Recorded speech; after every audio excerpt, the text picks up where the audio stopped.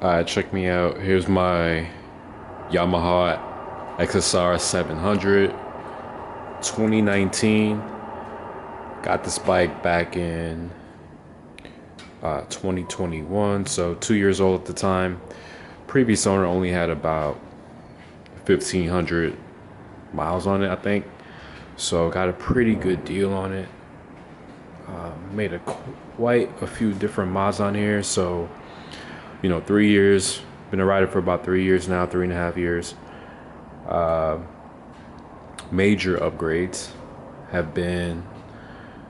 I'll start with my most favorite. It's going to be the exhaust for sure. This one is a SC Project Titanium, I believe it's called. SC Project. Got this actually this past summer. A friend of mine, or excuse me, a buddy of mine who I met at a bike meet, happened to have the same model bike, and he had an extra exhaust.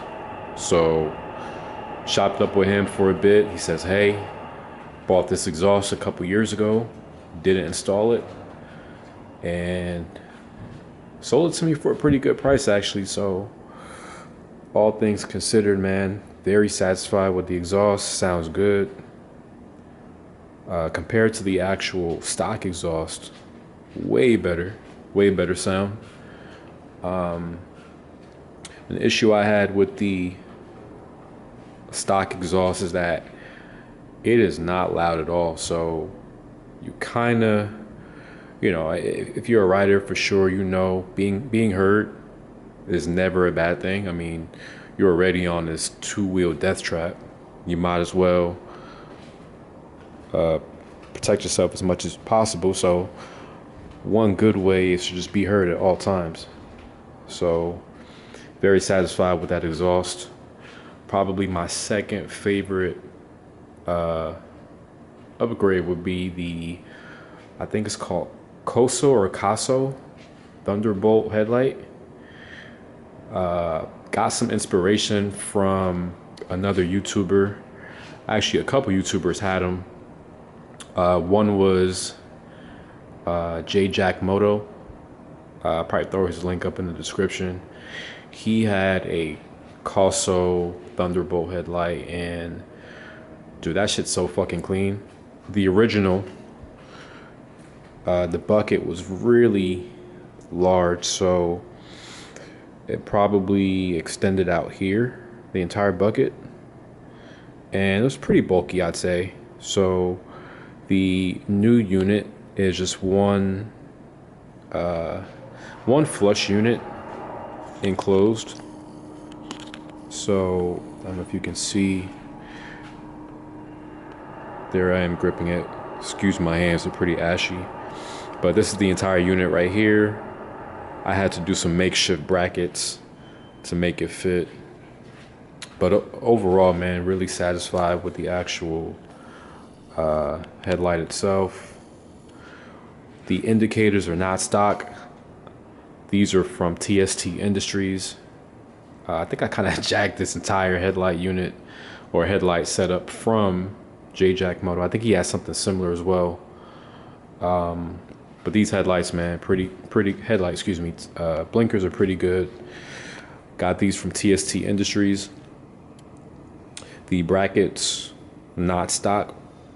These are from Brogue Motorcycles. I was able to get these for about $90. $90 for the stock, for the brackets. They're a bit shorter, I believe. Indicators were about $40, nothing crazy, $40.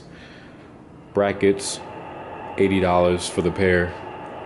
Headlight, I want to say $300, maybe $350 for the entire headlight. I like the setup a lot, man. Really kind of pulls the bike together. And again, I think it's my third time saying this. I'm going to post another stock photo of how I got the bike and what it looks like now. Another upgrade that I did was the original XSR700 has a pretty large fender. and I think the fender goes pretty far up the wheel, and it covers quite a bit. And I think it heads back down here, if I'm not mistaken. So this one is a SW Motec short fender. Kind of cleans up that front a little bit. The initial one's pretty bulky, so had to, you know, make that upgrade as well. And keep in mind, I did all these upgrades somewhat slowly. Like I said, I've had the bike for about 3 years, so I might do 1 or 2 upgrades per year. Really, I did some of the cheaper ones initially, and over the last year and a half, I spent a bit more money. This fender was about $80, maybe $80, $90. Pretty good quality, pretty straightforward. This entire setup I was able to do on my own. My dad's a pretty handy guy. I'm pretty decent with wiring stuff, so headlights, indicators, those are all pretty easy. So let me change up the angle now that we're done with the front of the bike. So those are the primary upgrades. There is another upgrade here that it came with my bike. I'm the second owner, but the initial owner put a radiator guard. It's pretty cool. Gives it a nice clean look, I think. And I think that's really it for the front of the bike. Actually, let me go up to the top by the handlebars. These handlebars are not stock. Zoom in quickly here. These are the Pro Taper. Let me go back here. The Pro Taper handlebars. I think I upgraded this last year. Gives more of a sleeker ride. And again, I jacked this entire, now that I think about it, this is another customization I jacked from J-Jack Moto. I think this is the Carmichael taper as well. Found this at my local shop. It's pretty annoying installation, to be honest. I had to drill some holes into the handlebars themselves, but overall pretty satisfied. The original handlebars, they sit up a bit, so you have more of an upright seating position. So didn't really like that look, number one, but I will say this handlebar setup isn't as comfortable as the stock, so you're really going for looks here with these. Went ahead and changed the grips. These are also, I think, Pro Taper. I think they have a whole line of grips that you can buy / install. Probably about 20 bucks for these, nothing crazy. 20, maybe 30 bucks. When you need your GPS, quad lock, they are a great phone case, phone mount brand. I think every major phone, they have a separate case. So you just lock your phone in here. Great for GPS, very sturdy, very satisfied with that brand as well. Quad lock, they have quite a few accessories, so I can not only mount this on my bike, I have a mount in my car, and I have a mount in my car, on my bike. In my office, I have another little setup that, you know, it takes advantage of the MagSafe, accessibility. So if you have a magnet, if you have a mount at home, you can still make use of that, even with the case. So that's a cool little touch. Just release it here, attach your phone, release it here. It's good to go. Got these handlebars, and I wish I had better lighting. Maybe I can go on this side. These are from Amazon. I can't remember the brand, but pretty decent levers, brake and clutch. These are the brake. I like the color, number one. I think they had 3 different colors: red, blue, gold, if I'm not mistaken. But it's a nice little touch. I think my original ones are silver. Where this black is, it was completely silver. Really tried to do a chrome delete on this bike. I don't really like too much chrome if I can avoid it, but these are pretty good nonetheless. While I'm on the side of the bike, these mirrors are from Amazon as well. They install pretty easily into the actual handlebar themselves. The originals stuck up from here and they extend up and out, so you really don't have to tilt your head with the stock mirrors, but this one's a bit more sleek. I prefer that over this angle, but I'm actually toying with going back to the original mirror setup just because I think I can find a better style that gives me a better angle but also looks good. So I'll play around with that maybe around next season, so we'll see how that goes. So you can see the rise here. Here's my view. I'm looking up. I at some point would like to move the speedometer up. There's an accessory that allows you to kind of move it up, so it'll be more in my view when I'm riding instead of looking down all the time. I'll be able to look up more naturally and just take a look at my speed and, you know, make sure I'm not overdoing it. But we'll get there at some point. Let me turn off the bike just in case my battery dies for now. Moving on. Forgive me, I'm on the wrong side of the bike. Let me get you a better angle with the lighting. These are tank grips. Previous owner installed them, never took them off, and I'm okay with that. Allows me to stay pretty stable on the bike as long as I obviously grip the bike with my legs or my knees. I'm able to pretty much stay on there pretty well. I'm not sliding all over the place. Seat placement allows me to, you know, maintain my something broke off of here, but I'll worry about that later. So yeah, pads here pretty decent to keep me stationary. I actually just recently got this upgrade here. These are SW Motec crash bars.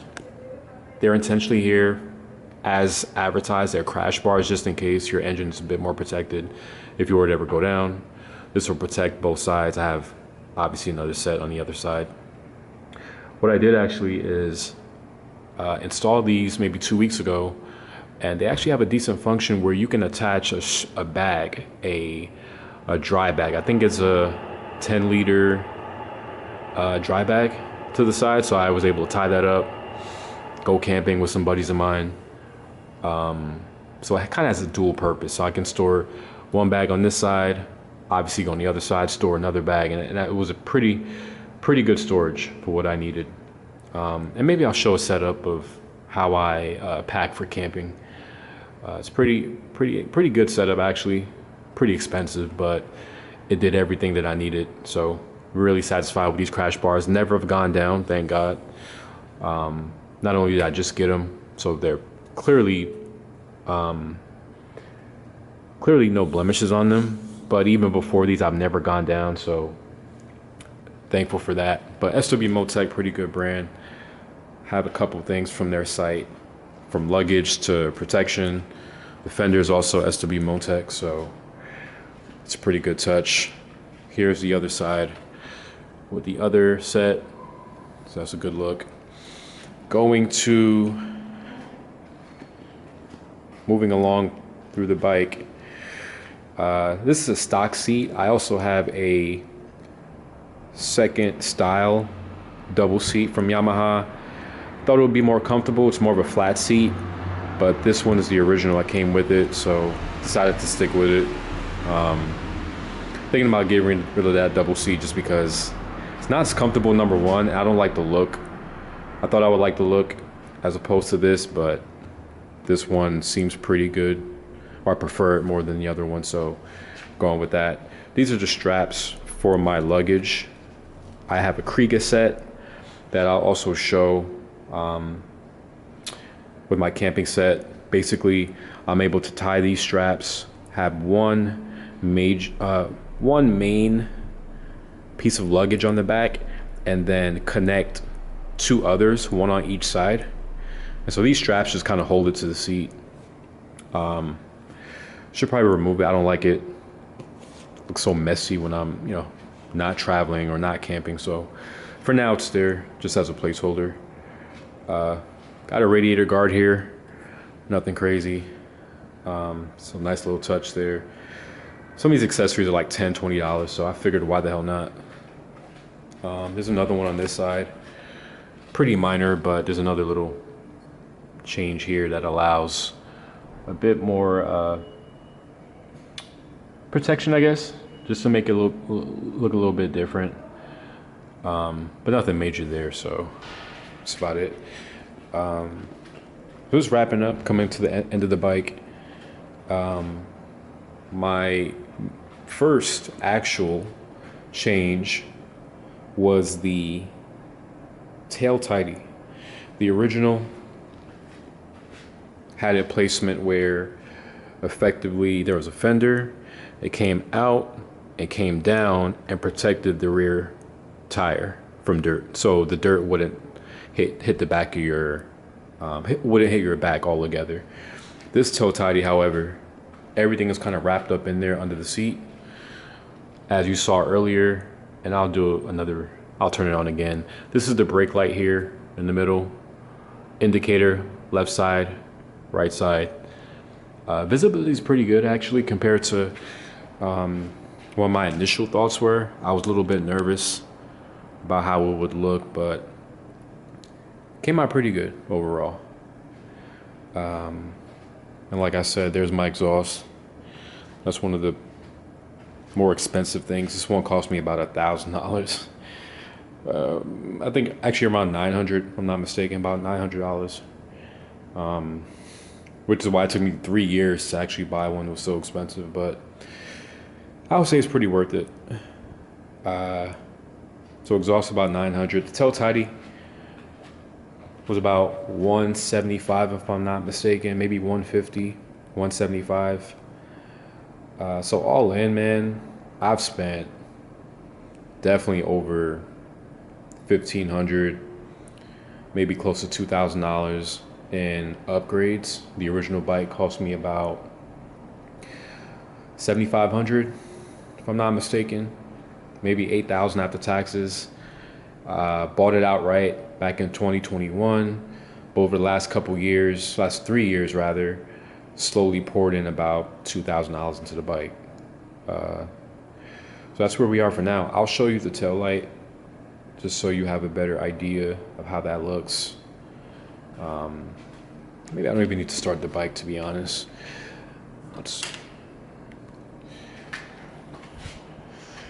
My hazards are on right now, so right now you can see how it looks with the indicators. And it looks very sleek, man. The original stock, it just had so many fenders kind of hanging from the front of the bike to the rear of the bike. Didn't really like it at all, so this is a nice switch up for me. This is how it's evolved over the last 3 years. You guys will be able to see the before and after, and overall, man, I'm pretty satisfied. The overall ride on the XSR700, pretty smooth. This is my first bike and my only bike. I am a newer rider, so don't really have much to compare it to. But the main thing I'll say is, if you are a highway rider, this bike has little to no fairings, obviously. So you're gonna feel the wind speed pick up pretty quickly. Anything above 80, 90, you will wobble a bit, and it's a little uncomfortable. For me, I've gotten used to it, but if you're one of those speed demons, maybe this isn't a bike for you. Maybe go for the XSR900. Maybe go for a more sporty bike or an actual cruiser or something, but this isn't it for high speeds. But for what I do in Jersey here, as far as local commuting, 2-lane highways, 60 miles per hour, twisties all over the place, this gets the job done for me, man. So yeah, here she is after 3 years. Really satisfied with the bike.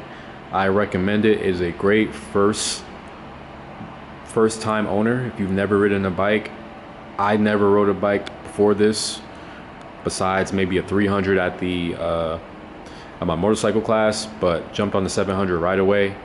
And the throttle isn't too crazy. I'd recommend this if you're kind of a more mature person.